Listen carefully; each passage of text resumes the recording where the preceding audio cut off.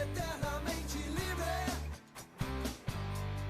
livre por Jesus. Olá a todos vocês que neste dia mais uma vez nos acompanham, mais uma vez celebrando um culto junto conosco, um culto ao nosso bondoso Deus, que é Pai, que é Filho e que é Espírito Santo. Que a graça e paz do Senhor esteja aí contigo, com a sua família, no seu lar. Neste dia, eu quero saudá-los com a palavra de Deus de Gênesis capítulo 2, o verso 2 e o verso 3. Diz o seguinte: E havendo Deus terminado no dia 7º a sua obra que fizera, descansou neste dia de toda a sua obra que tinha feito.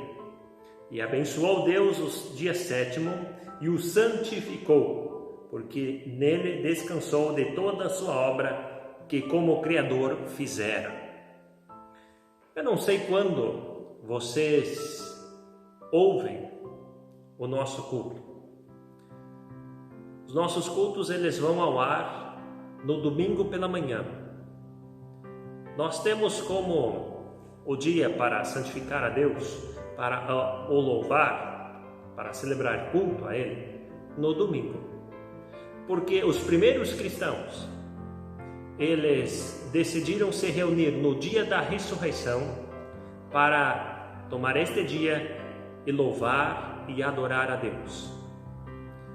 Que bom que nós temos um Deus que se importa também com o nosso descanso. Depois de uma semana de trabalho, ter um dia em que nós podemos nos reunir em culto e celebrar e louvar o seu nome. Que a bondade do nosso bondoso Deus esteja com cada um de nós neste culto e que Ele fale ao coração de cada um de nós. Amém.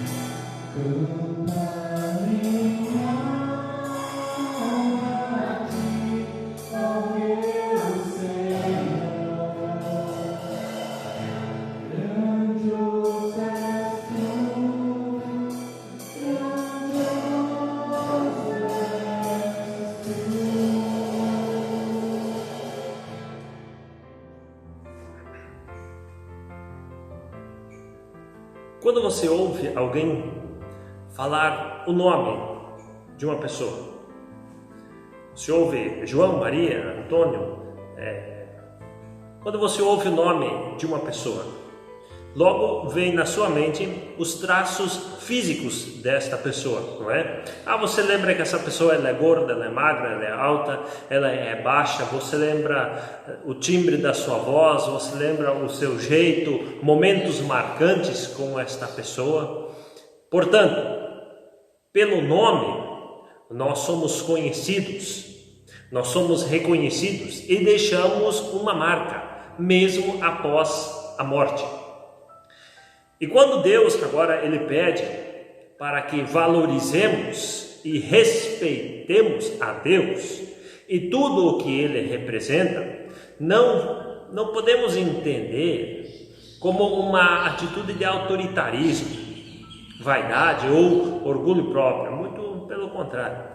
Na verdade, é como se ele dissesse: você me ama? Então proteja o meu nome, minha identidade e minha história. É como que acontece, por exemplo, com um pai que vive dizendo para o seu filho que nós vamos passear, nós vamos para lá, nós vamos para cá, mas nunca acontece.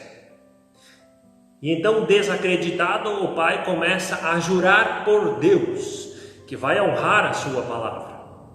Jurar por Deus não vai trazer crédito nem para o pai e nem para o filho. Quando Deus nos desafia no segundo mandamento a não jurar, a não falar o seu nome em vão, Ele nos mostra para todos nós o valor, o peso das nossas palavras. Muitos pais, eles têm dificuldade em impor limites nos seus filhos e por isso eles recorrem a uma estratégia um tanto perigosa: transformar o nome de Deus em ameaças. Quando eles dizem frases do tipo: Deus está vendo, Deus não gosta disso e Ele vai te castigar. Queridos pais, claro, você pode dizer Deus não gosta disso, Deus não se agrada disso, mas façam isso com amor, porque vocês estão formando um ser humano. E se vocês falar, Deus vai castigar, Deus não gosta disso e tal, você vai estar formando na cabeça da criança de que Deus, ele é um Deus vingativo, um Deus cruel, que está sempre pronto para castigar. E com o passar do tempo, isso vai formar uma barreira, impedindo que esta pessoa se relacione com Deus. Você não precisa jurar por Deus para colocar valor nas suas palavras. O Senhor, Ele nos desafia a sermos pessoas honestas, assumindo os nossos atos e as consequências das nossas escolhas erradas. A maturidade é uma característica dos nossos relacionamentos sólidos, seja com Deus, seja com o nosso próximo. Não existe maturidade quando a pessoa precisa de um avalista para dar valor nas suas palavras. Preservar e respeitar o nome de Deus, isso é tudo resultado de uma atitude daquele que conhece Deus, que sabe quem Ele é e o que Ele pode fazer. E é esse o valor que o Senhor deseja encontrar em nós. Já o mundo à nossa volta, ele diz que o teu valor, ele está no que você é no que você faz ou no que você tem. Por isso, nós gastamos tanto tempo, e às vezes todo o nosso tempo trabalhando, tentando provar o nosso valor ao mundo, às outras pessoas, e não para aquelas que nos amam, a nossa família, muito menos gastando tempo com o nosso Deus. Por este motivo, o Senhor nos deu o terceiro mandamento: santifique o dia do descanso. E qual é a proposta deste mandamento? O desafio ele pode muito bem ser expresso na seguinte pergunta: você consegue se desconectar das suas atividades e dos problemas pelo menos uma vez por semana? No livro de Gênesis, nós encontramos que Deus criou o mundo em 6 dias e no 7º ele descansou.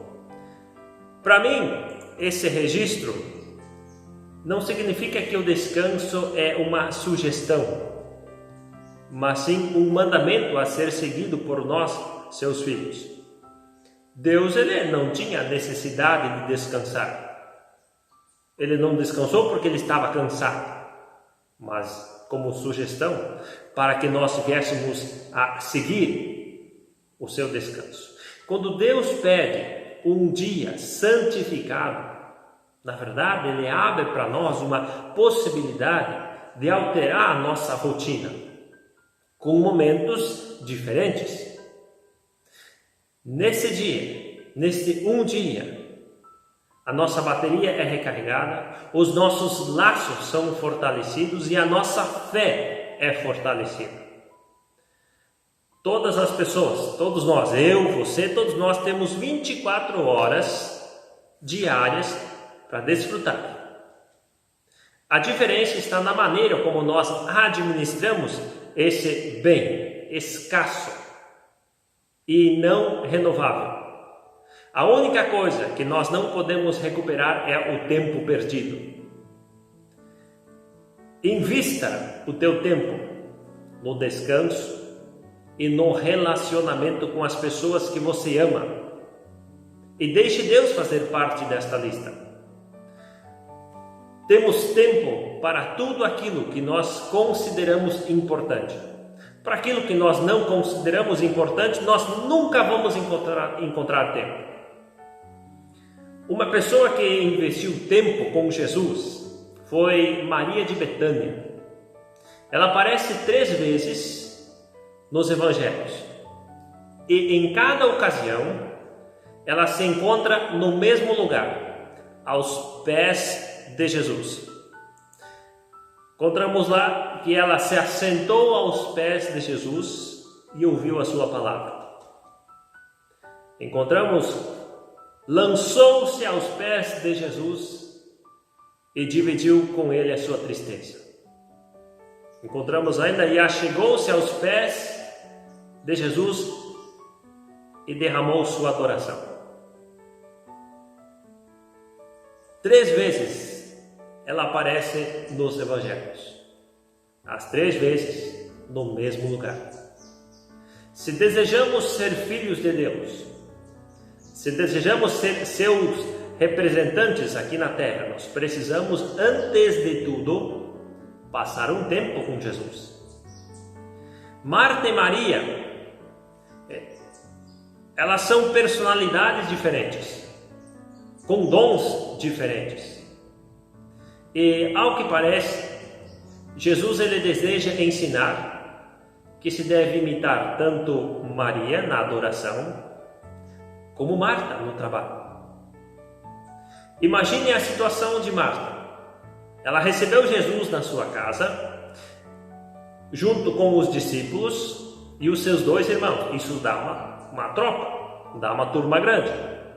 Então deixou Jesus de lado, enquanto preparava uma refeição elaborada, da qual Jesus não precisava. Precisava sim uma refeição, mas o que fazemos com Cristo é muito mais importante do que aquilo que nós fizemos para Cristo. Mais uma vez, não se trata de duas atitudes diferentes, mas de um equilíbrio entre as duas. 6 dias trabalharás e farás a tua obra, mas no 7º dia é o sábado do Senhor, o teu Deus.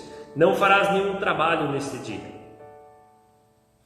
Maria tinha feito sua parte no trabalho, na cozinha, e então foi alimentar a sua alma com os ensinamentos de Jesus. Marta, ela se sentiu deixada de lado quando Maria saiu e começou a insinuar que tanto Maria como Jesus não se importavam com ela. Poucas coisas causam tanto estrago na vida quanto tentar trabalhar para Jesus sem dedicar tempo ou ter comunhão com Ele. Nós precisamos sim trabalhar para Jesus, mas também tirar tempo com Ele. Os cristãos tomaram o dia para santificar a Deus no domingo e não no sábado. Palavra domingo quer dizer dia do Senhor. E essa mudança de celebrar o culto, de santificar o dia de sábado para domingo, essa mudança aconteceu pelos primeiros cristãos que decidiram se reunir no dia da ressurreição para louvar a Deus e o santificar no domingo. Por isso é que no domingo os nossos cultos eles vão ao ar. Mas independente do dia, o Senhor nos pede para que depois de 6 dias de trabalho, você tenha um dia para descansar e santificá-lo a Deus. Sempre que criticamos outros e ficamos com pena de nós mesmos, porque nós estamos sobrecarregados, nós devemos fazer uma pausa e examinar a nossa vida. Talvez em meio a todos os afazeres do dia a dia, nós estamos deixando o Senhor de lado. Se servir a Cristo dificulta a nossa vida, então tem algo muito errado nesse serviço.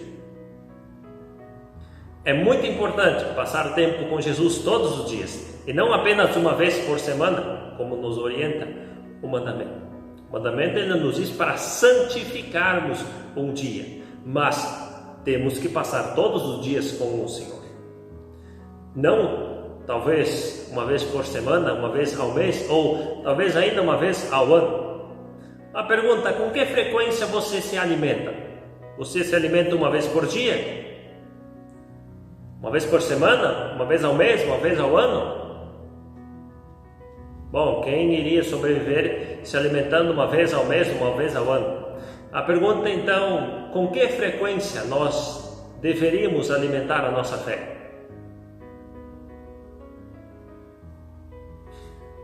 Tenho relatos de pessoas que nesta pandemia estão ouvindo muito mais a palavra de Deus do que antes. Já outros relatos de pessoas que não aguentam mais ouvir vídeos, cultos, mensagens cristãs. Eu não aguento mais, eu não quero mais isso. Maria, depois de realizar a sua tarefa, ela sentou para ouvir as palavras de Jesus, enquanto outros, nem mesmo em uma pandemia, não têm tempo para ouvir as palavras de Deus, ou não querem. O tempo mudou, a maneira de viver mudou, de celebrar culto mudou, mas a palavra de Deus, esta não mudou. Os mandamentos não mudaram, e Ele continua pedindo para reservarmos um dia para santificar a Deus.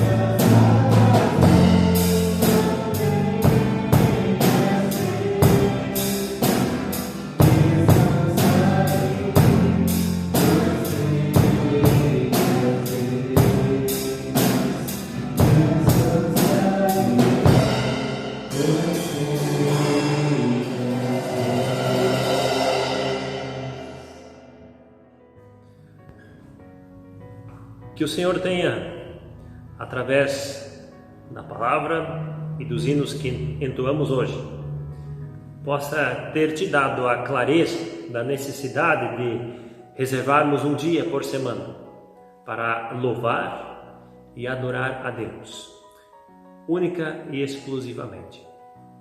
Ele fez isso pensando em nós. Que o Senhor também nos auxilie a guardarmos o seu nome, a não usarmos o seu nome de uma forma tão profana, mas guardá-lo como um nome digno de honra, de respeito. Desejo ainda a bênção de Deus sobre sua vida, que o bondoso Deus, que é Pai, Filho e Espírito Santo, venha sobre você e permaneça contigo, hoje, amanhã e sempre. Amém.